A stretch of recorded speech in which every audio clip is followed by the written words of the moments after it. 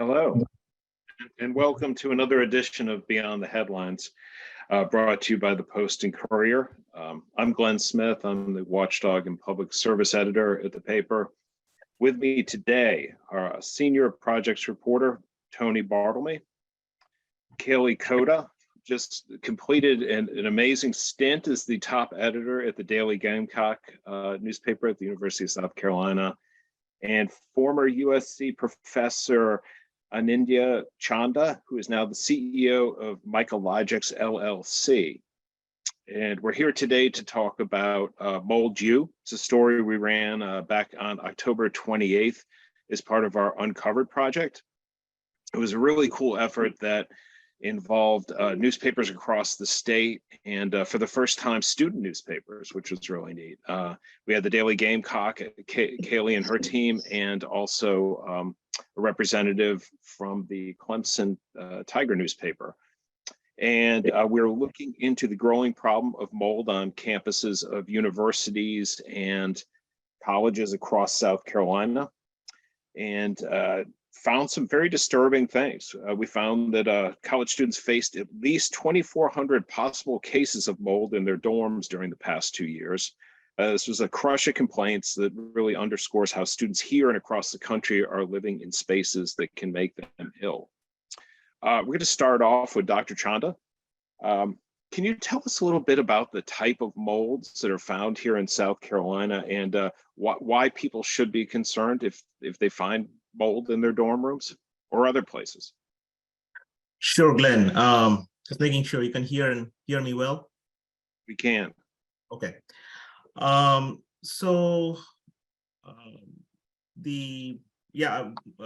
I was a faculty member in USC, if you remember, there was a 1,000-year flood called in 2015 that we had. And that is when we had an active research program. We started to look at what is the problem. But, the problem has been there, and it was given that we are a hot and humid state, it's very easy for molds to colonize and infest whenever they find an opportunity. So one of the questions that we targeted to know is what type of molds are there, and should we be worried about those? Even in our campus in Columbia, there were reports of small black growths near the wherever the air was coming out of the ventilation. Sometimes, in closed areas, there were books, and we could see evidence of black molds there. So I started to collect samples, and what I realized that in Columbia, especially in USC area, most of what you find is a type of mold called cladosporium. If you look into reports, this is something that will grow whenever there is moisture. In fact, if you look in the literature, they're the classic biomarkers of moisture accumulation. So, which means that, the moisture amount was probably higher, and that would make sense after a flooding event. It was a very difficult time that we faced, and we could see, and that is when at that time my program was the only mycology program in the entire university. So we joined hands with the USC, the building, the specialists in who manages the building maintenance personnel, and we collaborated. We wrote a grant that was funded by the university then, just to know. And so, cladosporium. Coming to the point, so what type of mold? So cladosporium is the predominant mold that is found in the Columbia area. But then after, I was very intrigued how uniform these types of molds are. So I started investigating in different parts of the country. We collected some samples from Charleston, but I also did some work in North Carolina, some in the DC area. And finally, we were able to find a pattern. We worked in collaboration with an HBCU in North Carolina, Fayetteville State University. The net understanding is, as you go towards the coast, and if you are in an area where there is frequent flooding events, and that could be from the climate, meaning hurricanes, some severe weather events, or it could be like Charleston faces, like tidal flooding, oftentimes. You tend to accumulate moisture over time. So not only you would find these classic biomarkers, which I say cladosporium, but then you start to accumulate some toxic molds within the genus Aspergillus and Penicillium. And that is what we found a clear correlation between where you live and what type of molds you try to accumulate.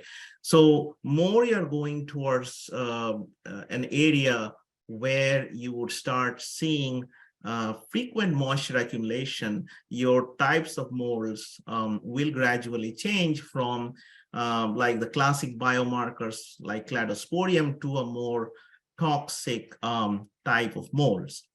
So I'll stop right there and let you guys ask me questions, and then I can answer, when I hear those questions. So that'll be more meaningful.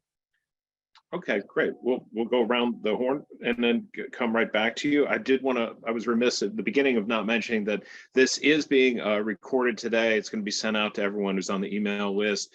If you have additional questions for our panelists, feel free to send them afterwards. We'll get back to you with some answers. Also, for the purpose of this, if you want to go into that Q&A box at the bottom of your screen, submit some questions there. We will get to as many as we can this morning.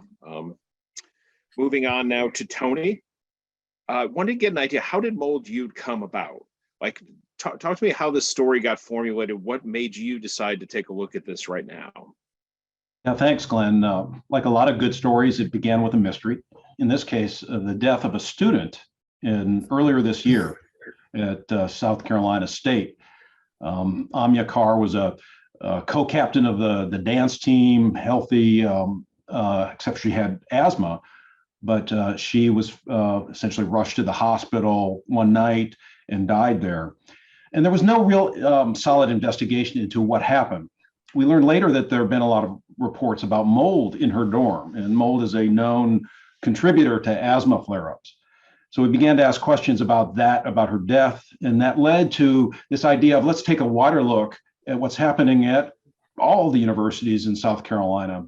And that led to our collaboration with the Daily Gamecock and a bunch of other newspapers, and really an in-depth look at the extent of the problem, which we found to be significant, and then also get a little bit of a discussion on what are the causes and solutions. Can you talk just a little bit about, like, we collaborated with Kailey's newspaper and several other. How does that work? How does this whole Uncovered collaboration work? And how did we divide up the tasks? Yeah, so Uncovered is essentially a partnership of papers that we created a year or two ago. That its goal is to kind of fill the void of news deserts that are growing across the country because of economic issues and things like that. And so what we do is we partner with smaller papers and in this case the college newspapers to leverage sort of our investigative resources with their on the ground knowledge. And in the case of Mold You, it was ideal that we talked to these college newspapers, which have been on the forefront of identifying mold as an issue. I mean, they're the first ones to hear about it, obviously. And so, yeah, we work with them. We got a team together. I call them the Fighting Fungi, and we got together and created a plan to essentially ask each university for their records on how many mold complaints they've had, and get an idea of the expenses incurred, and then kind of create this sort of larger picture of what's happening. So Kailey, you assembled most of your staff had a role in this, and you guys really went all out. What did your staff do in terms of reporting for this project? How did you participate? Yeah, of course. And thanks for having me. Can you guys hear me all right? We sure can. Yeah. So I interned at the Post and Courier over the summer, and that's when Tony approached me with this idea for this project. So first week back of the fall semester, I told my staff about it and I said, hey, are you interested in collaborating? And the answer was definitely yes. So the first thing that we did was we reached out to people who we knew who had some mold issues in the past. We put calls out on social media and in our newsletters, and we directly reached out to more than 100 current freshmen as well. So first, we just kind of wanted to see if we could hear from as many people as possible and see kind of what the extent of these mold complaints at the university were.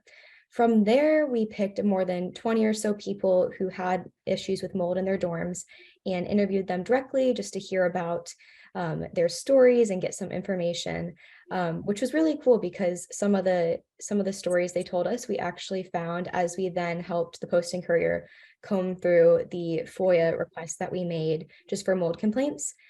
We got about 2,000 pages back, and we helped comb through that and put that in a spreadsheet. We saw in some cases where the people we talked to had reported the mold issues to maintenance, and they showed up in that documents. And we just kind of got that bigger picture. From there, Tony and I talked to some administrators. We talked to people from housing and facilities to see how they deal with this and get their take on what was going on. Yeah, and we just kind of reported it out, and we ended up publishing our story simultaneously as the Post and Courier. So that was more of our role. So there were some nasty things in those reports. I remember I helped go through those as well. And I mean, there were mushrooms growing out of the ceilings and the baseboards and things like that. What was your sense of like how interested students are in this topic? Like how big of a deal is this to them? And do they feel like they've been heard by administrators there? Yeah, so this is definitely a huge deal, especially to the people who have had mold in their dorms. If they have seen stuff that they think is mold, or they're feeling sick and they're wondering if mold is causing that sickness, people are very worried and they're very engaged and they want to know what's going on. So kind of the first area that students can go to try to tackle this is to submit a maintenance request. But other than that, there's not a lot they can do with the university to prevent that mold growth. So what we were hearing is that there is some frustration from the students that the university could be doing more to prevent this or treat it more quickly. We found that some of the mold complaints, they came from majority older dorms that were unrenovated. So that could be something that we heard students are hoping the university would do more to not just be reactionary towards. And there are also some complaints that the maintenance took a little bit longer than desired to clean up those issues. So certainly students are saying the university could be doing a little bit more to prevent this. How did USC respond to your report? Yeah, so like I mentioned before, we talked to them before the story came out to get that information. And actually before the story ran, there was an email to some staff members just warning them about it and telling them the facts and how to report it, which is just through the maintenance portal. So that was something before the story ran.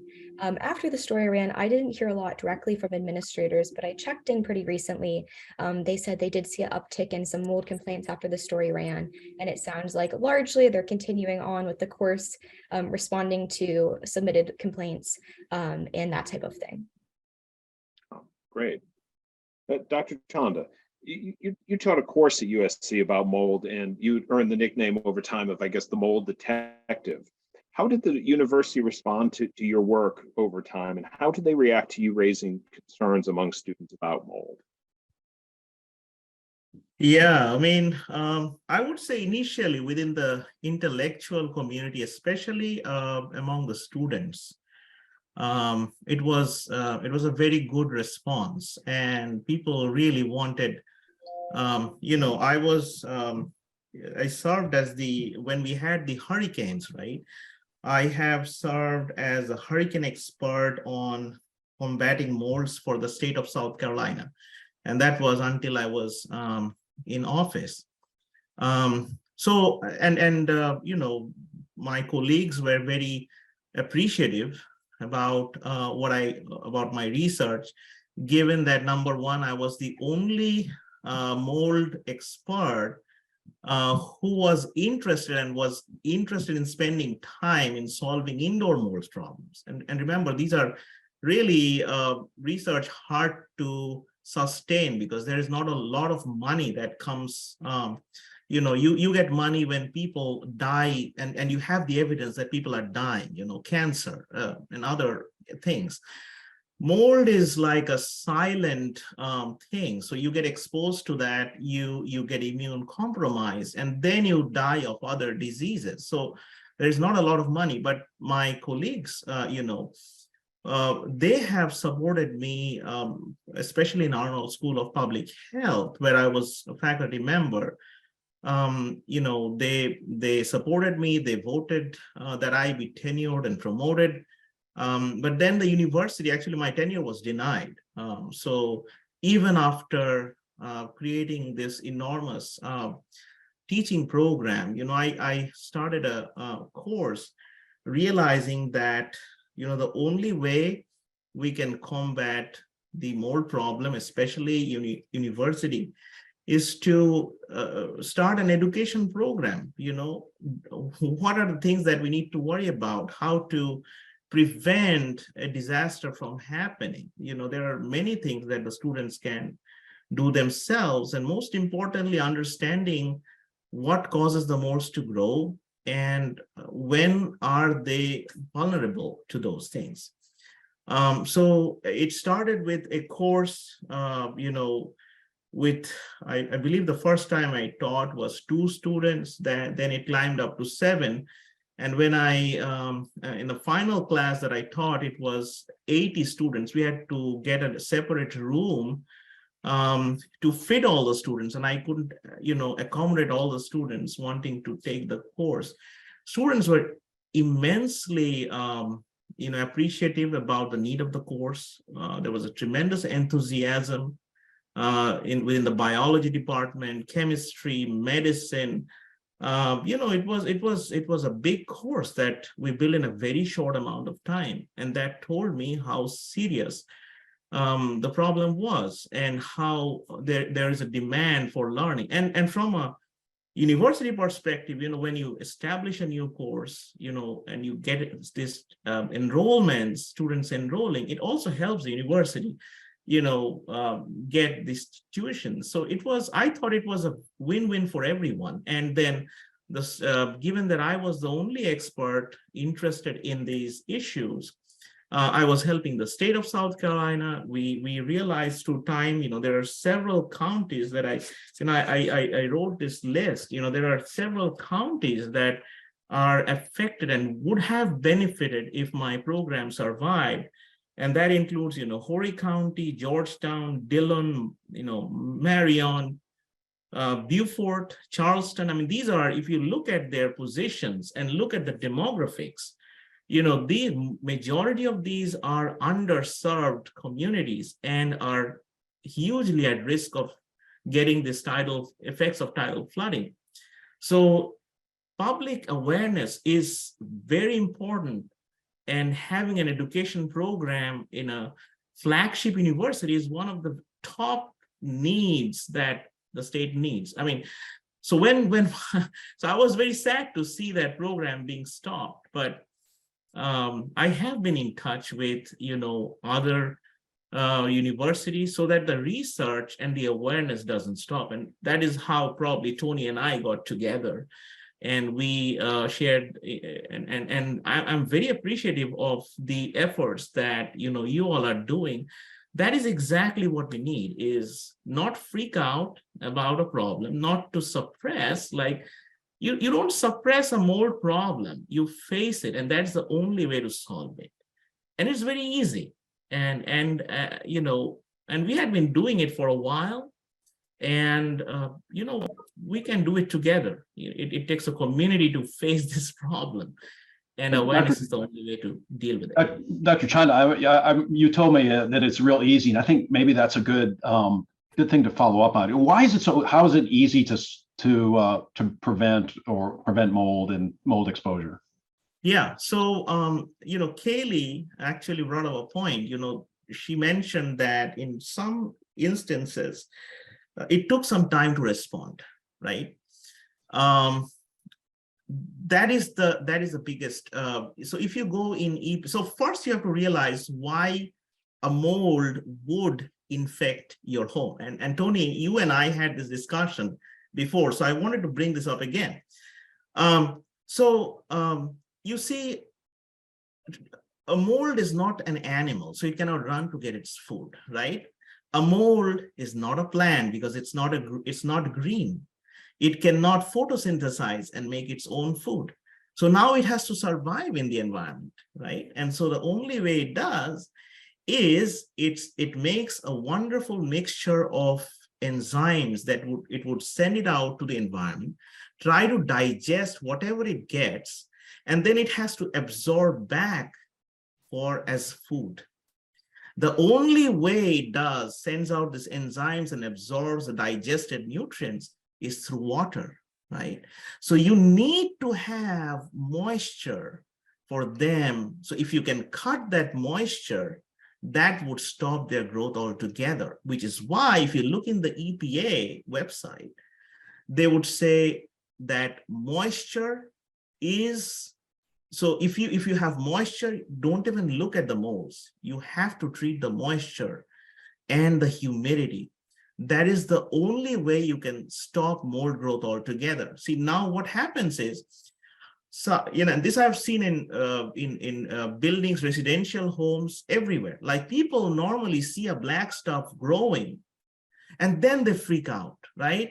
You should freak out earlier when you see a moisture accumulation, or when you see, you smell something, a damp smell everyone knows about. That is where you should freak out, right? So when the students complain, they should bring this to the administrator's attention as soon as they find some damp areas on the wall, because if you have that, for sure that in a few days there will be a mold growth. And building administrators, they should not treat for mold, they should treat for moisture. Everyone knows that because it's there, it's public knowledge in EPA website. But we need to be mindful even more today than before our climates were changing. So these are simple things, and doesn't cost a lot of money. The other thing that I would like to make sure is when we treat, when some problems happen or get reported, it's important to communicate. Otherwise, we lose trust. So if we say, and that is where education and awareness becomes so important, if we see the damp areas, we say, hey, look, this is why the dampness accumulated. This is a source of mold, and you should be aware. And this is how we are, university or other building maintenance personnel, we are taking care of these. This is how we are going to do it. And these are the effects. Very simple, very straight communication. And that eliminates a lot of the hassles that universities fear about. And I have seen that not only for, university in South Carolina, but also other universities in DC, in North Carolina. I mean, the general idea is, oh, there is mold, so we will get sued because people are going to complain. But it's much easier to deal with a problem if you come with a strategy upfront and maintain a clear communication. So that is my take on the whole issue.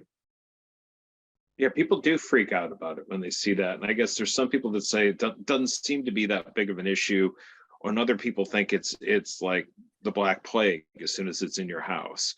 But you're saying the truth is somewhere probably in the middle, and it's better to just address it rather than to curl up in a ball and panic. Yeah. And it takes an immense amount of time from start molds grow very slowly. And you can imagine these are building materials. They have to work really hard to expand, to an area more than, say 100 millimeters diameter. It takes time, it takes a lot of work. So, thankfully, we have a lot of time to address the moisture issue. So when you solve the mold problems, you just don't come and measure molds and then apply a solution to clear the molds. You have to understand where the start point was, what was leaking, or what was the source of that moisture accumulation. That needs to be addressed. Otherwise, you run into a long-term problem, if that makes sense. Yeah, Kailey, one thing that struck me, particularly in the USC reports, but also in reports from across the state, was like the sheer number of dehumidifiers that are being deployed. It seems like USC must have this like giant dehumidifier warehouse someplace, because they're just sending them out to all these places. So it seems like they hit it with a team that goes and cleans up the stuff, puts the dehumidifiers in there, looks to plug up any moisture. Do you get the sense that people feel that those approaches are working, that in the long run they've been helped by that these buildings are better off? Yeah, well, certainly dehumidifiers can help with the moisture issue. Actually, even more students, I would say, that we talked to that complained of mold, complained of moisture. So many people said, oh, I haven't seen mold, but my walls can get wet, or it feels very humid in here. And like you said, the university has a large amount of dehumidifiers, but students are also taking that into their own hands. I talked to several people who bought their own. One person in particular has like 3 in her room that she empties daily or every other day, just because it's so moist in there. So I would say, to an extent, yes, of course, you have to have dehumidifiers. They are going to help, but it's certainly not stopping the problem altogether if we're still seeing those complaints and still seeing students feeling like they need a little bit more than the university supplied dehumidifiers. Yeah, it seemed particularly a problem in some of the older buildings, right? I mean, Columbia Hall and some of the high rises. Yeah, and some of the older buildings too, especially the high rises, the windows aren't opening. There's not necessarily great ventilation in the hallways. Just kind of the infrastructure of how they're built can lead, we've seen, to maybe some more mold complaints for sure. Tony, did you get a sense of, after seeing all the responses from across the state, where any particular school that's really doing it right, or seems to have a handle on this? So I don't know. What struck me most about what I saw was this disconnect between the students and the administrators. And so the students, there were all these expressions of frustration, and then and some of their problems and concerns probably were minor, and maybe they were overreacting, probably a few of them. But then there was real cases of just really nasty stuff growing in their dorms, and then they're concerned about their health. Then you've got the administrators who are basically saying, oh, a lot of them are bogus requests, and that they just moved to a new place, and that they're all starting out as freshmen, getting together and having their own illnesses. So there was that weird disconnect. As far as anybody doing it right, I don't know if anybody's doing it really wrong or right. There are a few universities that do seem to be kind of, just putting their head in the sand. And the College of Charleston, for instance, has some serious mold problems, and they say, but when you talk to them, they talk about it as if it's not a big deal. On the other hand, they're literally spending tens of millions of dollars to renovate buildings that they know have had a longstanding mold problem. Yeah, it seemed like some of the administrators that we quoted in the stories seemed pretty sympathetic and wanted people, then parents and students, to know that they're aware of it and they're doing their best, and these are old buildings. And then there was also that sense that, like, oh, they're leaving pizza boxes around, and they're not, that students are just habitually messy or something, and creating this problem by not, picking up their clothes or that sort of thing. Yeah, a bit of a disconnect. Yeah, I mean, you think about put yourself in their shoes. I mean, if they say, "Oh yeah, we got a lot of mold. It's a serious problem. We're making our students sick," they're going to get sued. So there's that. It's a conundrum. Yeah, as you said, Dr. Chanda, we are in a very, very humid state. Lots of storms, lots of lots of water intrusion from all sorts of different things, sea rise and flooding and whatnot. So it'll be a problem going on into the future. Is the state itself, do you get the sense that the state has any coordinated approach to this, or even working with schools or residential properties? So you're asking me? Yes, yes. Yeah, so in 2019, there was an initiative from the state. They wanted to understand how important of a problem indoor mold problem is. And I remember, my tenure there, had just been denied, right? So, and then there was a call from the state, and there was, I was the only available guy around. So I still went ahead and I wanted to send the message to the state, which I did, which is the importance of awareness. Why, there are some, what I realized is there is, many of the committee members who were a part of that discussion team, they also have real estate businesses, right? So they understand the problem because, they have housings and they are worried about mold problems in their housings, people getting sick, and they are having, legal problems. So the issue itself is very interesting. Now, but, when it comes to putting money in the problem, that is where I think the hiccup comes. You don't have, and that is also for federal, you have to really, so I remember the grant that I wrote to NIH, it was discussed and scored very well, but was not funded. Okay, so and we had this problem all along, fungal research, because the interesting thing about these fungal problems is, and this goes to students as well, young students staying in dorms. Why? You see, the problem is that you don't see that, it's not a tangible problem, if you know what I mean. It is always associative. And this is very important when it comes to students. When you're in that age, when you're a freshman or a senior, you in your mind, you're invincible.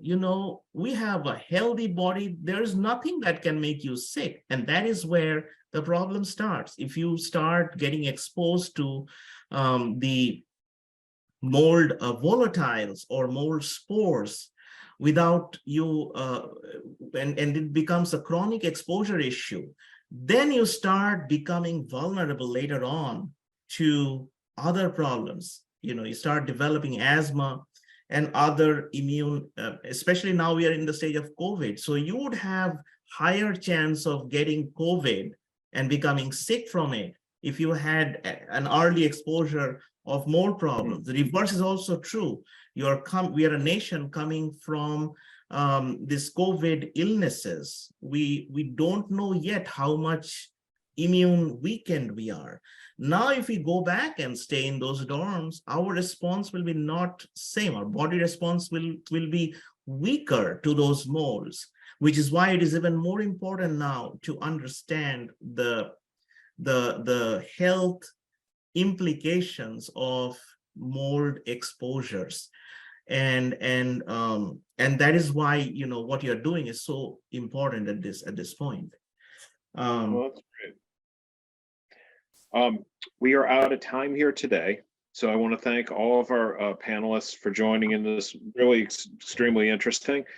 Thanks for watching to everyone in the audience. Remember, you can sign up for any of our free newsletters at postandcourier.com/newsletter sign up. If you're a subscriber, thank you very much for being so. If you're not, you can always sign up and subscribe at postandcourier.com/subscribe. Till next time, have a great day. And appreciate your interest.